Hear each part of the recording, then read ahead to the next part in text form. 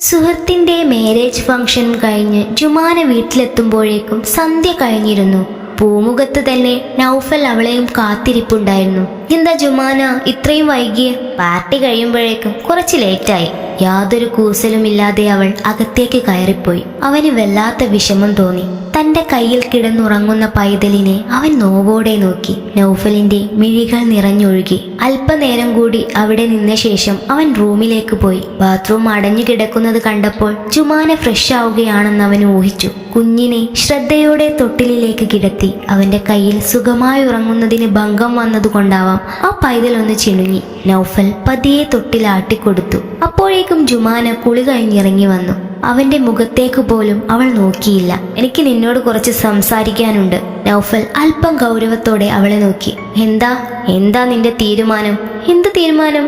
അവൾ ഉദാസീനതയോടെ അവനെ നോക്കി. നൗഫലിന് ദേഷ്യം അരിച്ചു കയറുന്നുണ്ടെങ്കിലും അവൻ സ്വയം നിയന്ത്രിക്കാൻ ശ്രമിച്ചു. നീ ഇപ്പോൾ ഒരു അമ്മയാണ്, അത് നീ മറന്നോ?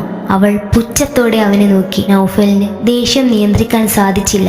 ചോദിക്കുന്നതിന് മറുപടി തന്നില്ലെങ്കിൽ എന്റെ തനിക്കൊണം നീ അറിയും. നൗഫൽ ജുമാനയെ ബെഡിലേക്ക് തള്ളിയിട്ടു. എന്നെ തൊട്ടു പോവരുത്. ഞാൻ എന്റെ ഇഷ്ടത്തിന് ജീവിക്കും. എനിക്കൊരിക്കലും ഈ കുഞ്ഞ് ജനിക്കുന്നതിനോട് താല്പര്യമില്ലായിരുന്നു. അത് നിങ്ങൾക്കും അറിയാവുന്ന കാര്യല്ലേ? ജുമാന അലറിക്കൊണ്ട് ബെഡിൽ നിന്നും എഴുന്നേറ്റ് നൗഫലിന് നേരെ തിരിഞ്ഞു. ചില ടിപ്പിക്കൽ അമ്മൂമ്മമാരെ പോലെ കുഞ്ഞിനെയും പ്രസവിച്ച് അതിനെയും നോക്കി വീട്ടിലിരിക്കാൻ എനിക്ക് മനസ്സില്ല. എന്റെ ജീവിതം എന്റെ സ്വാതന്ത്ര്യമാണ്. അതിൽ കൈകടത്താൻ ഞാൻ ആരെയും അനുവദിക്കില്ല. വിറച്ചുകൊണ്ട് അവൾ പറഞ്ഞു നിർത്തിയതും നൗഫലിന്റെ കൈ അവളുടെ കവിളിൽ പതിഞ്ഞതും ഒരുമിച്ചായിരുന്നു. ഒരു നിമിഷം അവൾ പതറിപ്പോയി. നിങ്ങൾ എന്നെ അടിച്ചൂല്ലേ?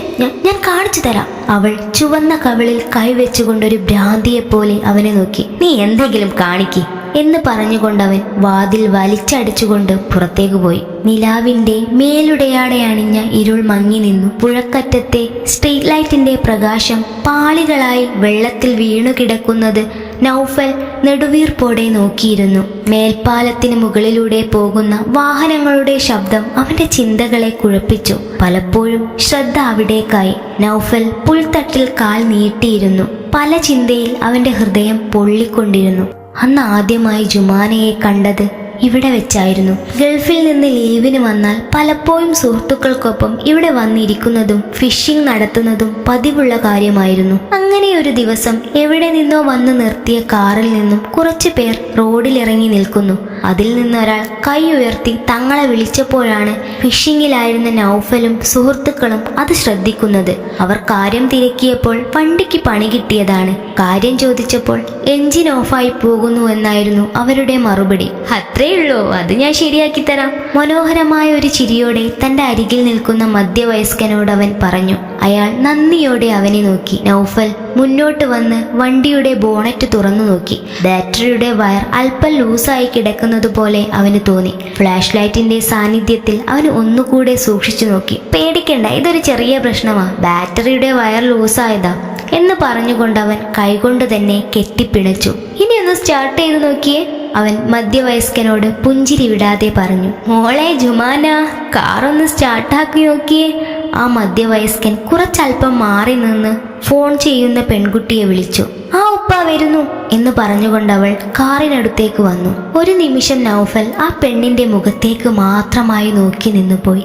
യാതൊരുവിധ ചായങ്ങളോ ചമയങ്ങളോ ഇല്ലാതെ തന്നെ ആ പെണ്ണ് അവന്റെ കണ്ണിൽ അപ്സരസിനെ പോലെ തിളങ്ങി. അതിനിടയിൽ അവർ ഒരിക്കൽ കൂടി നന്ദി പറഞ്ഞതോ അവരവിടെ നിന്ന് പോയതോ അവൻ അറിഞ്ഞില്ല. നീ ഇതാരെ നോക്കി നിൽക്കുക?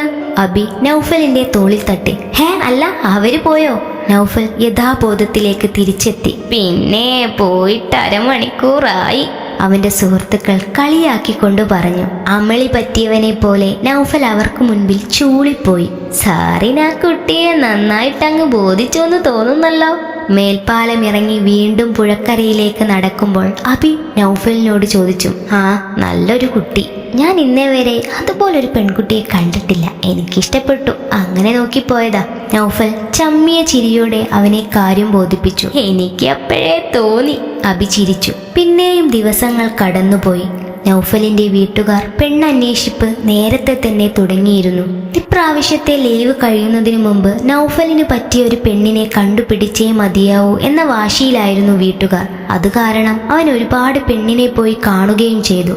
പക്ഷേ ജുമാനയെ പോലെ ഒരു പെൺകുട്ടിയെ അവൻ ഇന്നോളം ഒരു പെണ്ണിലും കണ്ടില്ല. അങ്ങനെ ഇരിക്കെ നൗഫലിന്റെ ലീവ് തീർന്നുകൊണ്ടിരിക്കുന്ന സമയത്തായിരുന്നു വീടിനടുത്തുള്ള ഖദീജ ഒരു ആലോചനയുമായി വന്നത്. പറയുമ്പോൾ അവരുടെ ഒരു അകന്ന ബന്ധുവാണ്. അത്യാവശ്യം സാമ്പത്തികവുമുണ്ട്, തറവാടുമുണ്ട്.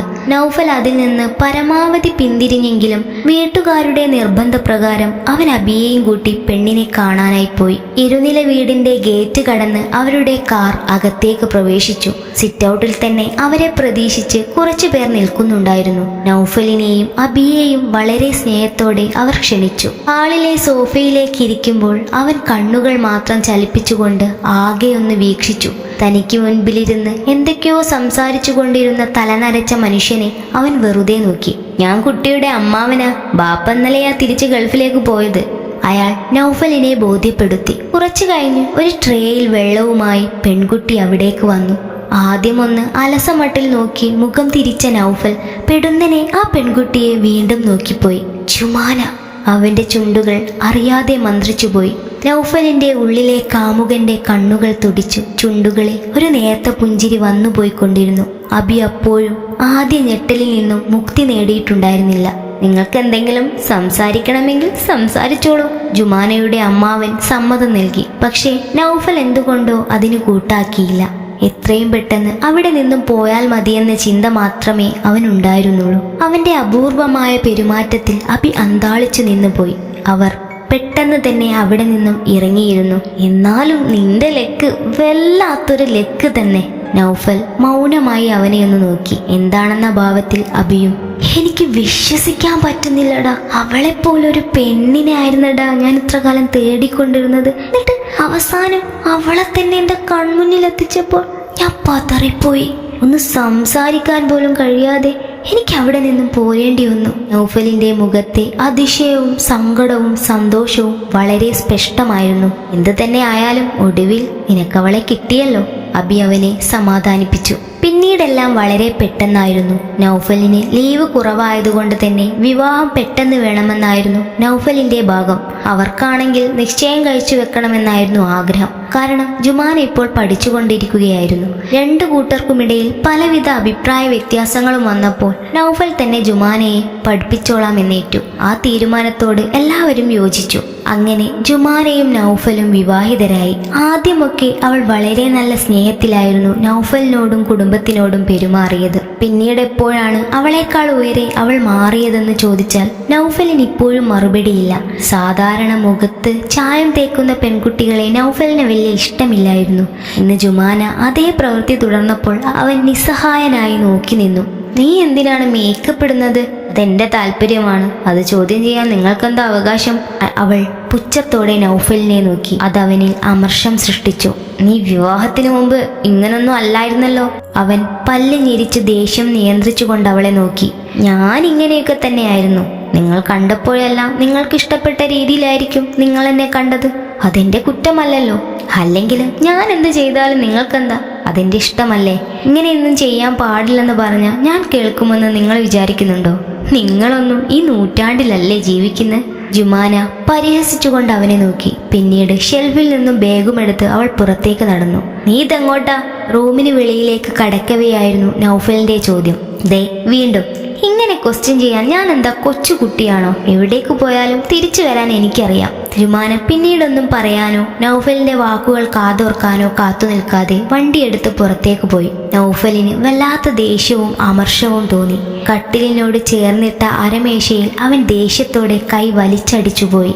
ഇനി എന്ത് എന്ന ചോദ്യം അവന് മുൻപിൽ ഉയർന്നു വന്നു. ദിവസങ്ങൾ പിന്നെയും കടന്നുപോയി. ജുമാന പഴയതിലും വഷളായതല്ലാതെ യാതൊരു മാറ്റവും ഉണ്ടായിരുന്നില്ല.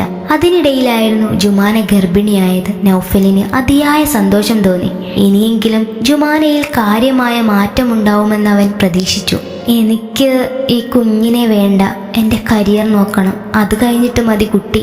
ഒരു ദിവസം വളരെ ക്ഷമയോടെ ജുമാന നൗഫലിനോട് തൻ്റെ തീരുമാനം അറിയിച്ചു. നൗഫലിനത് സഹിക്കാവുന്നതിലും അപ്പുറമായിരുന്നു. കാരണം ഇതിനോടകം തന്നെ അവൻ ഒരുപാട് സ്വപ്നങ്ങൾ നെയ്തുകൂട്ടിയിരുന്നു. അതെല്ലാം ഒരു നിമിഷം കൊണ്ട് തകർത്തെറിയണമെന്ന് പറഞ്ഞാൽ അവൻ ഒരു നിമിഷം സ്തംഭിച്ചുപോയി. നൗഫൽ! ജുമാന അല്പം ഗൗരവത്തിൽ അവനെ വിളിച്ചു. ഇല്ല, പറ്റില്ല, ഇതിന് ഞാൻ സമ്മതിക്കില്ല. എൻ്റെ കുഞ്ഞിനെ കൊന്നാൽ അതേ മണ്ണിൽ നിന്നെ ജീവനോടെ കുഴിച്ചു മൂടും ഞാൻ. നൗഫൽ വല്ലാത്തൊരു ഭാവത്തോടെ അന്ന് ആദ്യമായി ജുമാനക്ക് നേരെ വിരൽ ചൂണ്ടി. അവന്റെ ഭാവം കണ്ട് ഒരു നിമിഷം പകച്ചുപോയവൾ അറിയാതെ തൻ്റെ വയറിനുമേൽ കൈവച്ചുപോയി. അബദ്ധത്തിൽ പോലും എൻ്റെ കുഞ്ഞിനെന്തെങ്കിലും സംഭവിച്ചാൽ. നൗഫൽ ജുമാനയുടെ മുഖത്തിന് നേരെ വിരൽ ചലിപ്പിച്ചു. അവന്റെ കണ്ണുകൾ ദേഷ്യം കൊണ്ട് ചുമന്നു പോയിരുന്നു. കഴുത്തിലെ നീല ഞരമ്പുകൾ ദേഷ്യത്താൽ വീർത്തു വന്നു. ജുമാന ഒന്നും മിണ്ടാതെ അവിടെ തന്നെ നിന്നുപോയി. പിന്നീട് നൗഫൽ എവിടേക്കോ ഇറങ്ങിപ്പോവുകയും ചെയ്തു.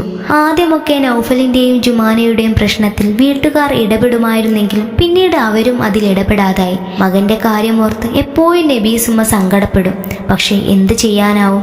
എന്നത്തെയും പോലെ ഇന്നും വയക്കിന്റെ ശബ്ദം കേട്ടിട്ടാണ് നബീസുമ്മ അവിടേക്ക് ചെന്നത്. കുഞ്ഞിനെ വേണ്ടെന്ന് ജുമാന പറഞ്ഞപ്പോൾ അവർക്കും അവളോട് വല്ലാത്ത വെറുപ്പ് തോന്നി. ജുമാന ഗർഭിണിയായിരിക്കുന്ന സമയത്ത് എന്തിനും ഏതിനും നൗഫൽ കൂടെ തന്നെ ഉണ്ടായിരുന്നു. അത് ജുമാനക്ക് പല സന്ദർഭങ്ങളിൽ വലിയ ആശ്വാസമായി തോന്നി. ചെറിയ ചെറിയ മാറ്റങ്ങൾ വീണ്ടും അവളിൽ വന്നു തുടങ്ങിയപ്പോൾ നൗഫലിന് നേരിയ ആശ്വാസം തോന്നി. പ്രസവിച്ചു കഴിഞ്ഞാൽ തന്റെ ജുമാന മാറുമെന്ന് അവൻ ഉറച്ചു വിശ്വസിച്ചു. കാരണം ഒരു കുഞ്ഞു ജനിച്ചു കഴിഞ്ഞാൽ ഏത് പെണ്ണും ശാരീരികമായും മാനസികമായും മാറുമെന്നത് ഒരു പ്രകൃതി സത്യമാണ്.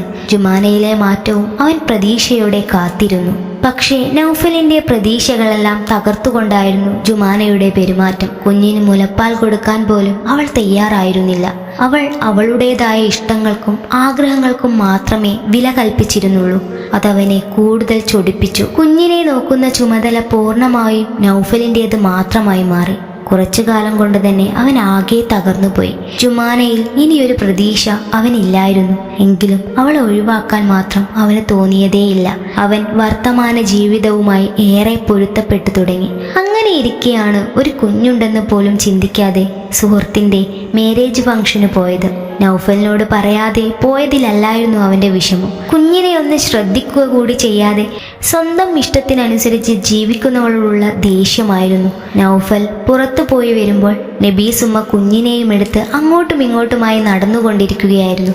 കുഞ്ഞു വല്ലാതെ കരയുന്നുമുണ്ട്. ആരെടുത്തിട്ടും കുഞ്ഞിന്റെ കരച്ചിൽ നിന്നതേയില്ല. അവസാനം ഒരുപാട് നേരത്തെ പരിശ്രമത്തിനൊടുവിൽ കുഞ്ഞ് ശാന്തമായി നൗഫലിന്റെ കൈകളിൽ കിടന്നുറങ്ങി. അപ്പോഴാണ് ജുമാനയുടെ വരവ്. ദേഷ്യവും സങ്കടവും ഒരുമിച്ച് വന്നപ്പോൾ കൈവിട്ടുപോയി. ഒന്ന് അവൾക്കിട്ട് കൊടുക്കേണ്ടി വന്നു. നൗഫൽ തന്റെ വലം കൈ പതിയെ ഉയർത്തി നോക്കി. ഒരടിയുടെ കുറവുണ്ടായിരുന്നു. നൗഫലിന് സങ്കടം തോന്നി. ഉമ്മയില്ലാതെ വളർന്ന പെൺകുട്ടിയാണ് ജുമാന. അതുകൊണ്ട് തന്നെ കുറച്ചധികം ലാളിച്ചാണ് അവളെ വളർത്തിയത്. അതിൻ്റെ ഒരു ചാട്ടം അവൾക്കുണ്ട് താനും. എന്നാലും കുഞ്ഞിനോട് ചെയ്യുന്നത് ഇത്തിരി കടന്നുപോയി. നൗഫൽ ദേഷ്യത്തോടെ ഓർത്തു. അവൻ പുഴയിലേക്ക് നോക്കി. അക്കരെ പൂർണ്ണമായും വെളിച്ചം കെട്ടിരുന്നു. നിലാവ് മാത്രം പൂർണ്ണതയിൽ ശോഭിച്ചു നിൽക്കുന്നു. നൗഫൽ വീട്ടിൽ മടങ്ങിയെത്തുമ്പോൾ അർദ്ധരാത്രി കഴിഞ്ഞിരുന്നു. നല്ല വിശപ്പുണ്ടായിട്ടും ഭക്ഷണത്തിനോട് വല്ലാത്ത വിരക്തി തോന്നി. അടുക്കളയിൽ പോയി വെറും വെള്ളമെടുത്ത് ദാഹം ശമിക്കുന്നതുവരെ കുടിച്ചു. പിന്നീട് റൂമിലേക്ക് നടന്നു. മുറിയിലേക്ക് കയറാനൊരുങ്ങവേ തന്റെ മുൻപിൽ കണ്ട കാഴ്ചയിൽ ഒരു നിമിഷം സ്തംഭിച്ചു നിന്നു പോയവൻ പുഞ്ചിരിക്കണോ കരയണോ എന്നറിയാതെ ഒറ്റൊരു നിമിഷം അവൻ കൃഷ്ണമണികൾ പോലും ചലിപ്പിക്കാൻ മറന്നുപോയി. കുഞ്ഞിനെ മാറോടടുക്കി പിടിച്ച് ഉറങ്ങുന്ന ജുമാന. ഇത്രയും നാൾ താൻ കാണാൻ കൊതിച്ച പച്ചയായ ചിത്രം. അവന്റെ കണ്ണ് സന്തോഷം കൊണ്ട് നീറി. മിഴിയിറങ്ങി ഒരു തുള്ളി നീർ പുറത്തേക്കിറങ്ങി. അവൻ പതിയെ അവർക്കടുത്തേക്ക് നീങ്ങി. ബെഡിലിരുന്ന് കുഞ്ഞിനെ മാറോടടുക്കി കണ്ണീർ ഉണങ്ങിപ്പോകാത്ത കവളുമായി ശാന്തമായി ഉറങ്ങുന്ന ജുമാന. അവൻ കൊതിയോടെ വീണ്ടും വീണ്ടും ആ കാഴ്ച നോക്കിയിരുന്നു. അവളുടെ വിരലുകൾ കുഞ്ഞിൻ്റെ ചെറിയ കൈ പിടിച്ചിട്ടുണ്ടായിരുന്നു. ആദ്യമായി ഒരമ്മ അവളുടെ മുഖത്ത് തെളിഞ്ഞിരുന്നു. നൗഫൽ പതിയെ അവളുടെ കവിളിൽ തടവി. കണ്ണുനീരിൻ്റെ ഗന്ധം പൊതിഞ്ഞ ജുമാനയുടെ കവിൾ ചുവന്നു വീർത്തിരുന്നു. ആഗ്രഹിച്ചിട്ടല്ല, വേറെ നിവൃത്തിയില്ലാത്തതുകൊണ്ടാണ് അവൻ മനസ്സിലോർത്തു. ജുമാന അല്പം ഉണർന്ന് കണ്ണുകൾ തുറന്നെങ്കിലും ഒന്നും പറഞ്ഞില്ല. ആ കണ്ണുകളിലുണ്ടായിരുന്ന സങ്കടവും കുറ്റബോധവും നൗഫലിൻ്റെ ഹൃദയത്തെ തകർത്തു. ഇനി നമ്മളൊന്നിച്ച് ജീവിക്കണം, നീയും ഞാനും, നമ്മുടെ കുഞ്ഞും. നൗഫൽ തല താഴ്ത്തി ആ പെണ്ണിൻ്റെ നെറ്റിയിൽ നെറ്റിമുട്ടിച്ചു. ഒരു വാക്കുപോലും മിണ്ടാതെ ജുമാന തൻ്റെ കണ്ണുകൾ അടച്ചു. കവിളിലൂടെ വീണ്ടും വീണ്ടും സങ്കടത്തിൻ്റെ മഴ നിർത്താതെ പെയ്തൊഴിഞ്ഞു.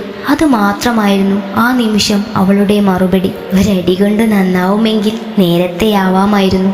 നൗഫൽ ഒരു പുഞ്ചിരിയോടെ ആലോചിച്ചു. ശേഷം നൗഫൽ അവരെ രണ്ടുപേരെയും ചേർത്ത് പിടിച്ചു. ജാലകവാതിൽക്കലപ്പുറം പൂർണ്ണചന്ദ്രൻ തെളിഞ്ഞു നിന്നു, ഒരു പുതിയ തുടക്കത്തിൻ്റെ സാക്ഷിയായി.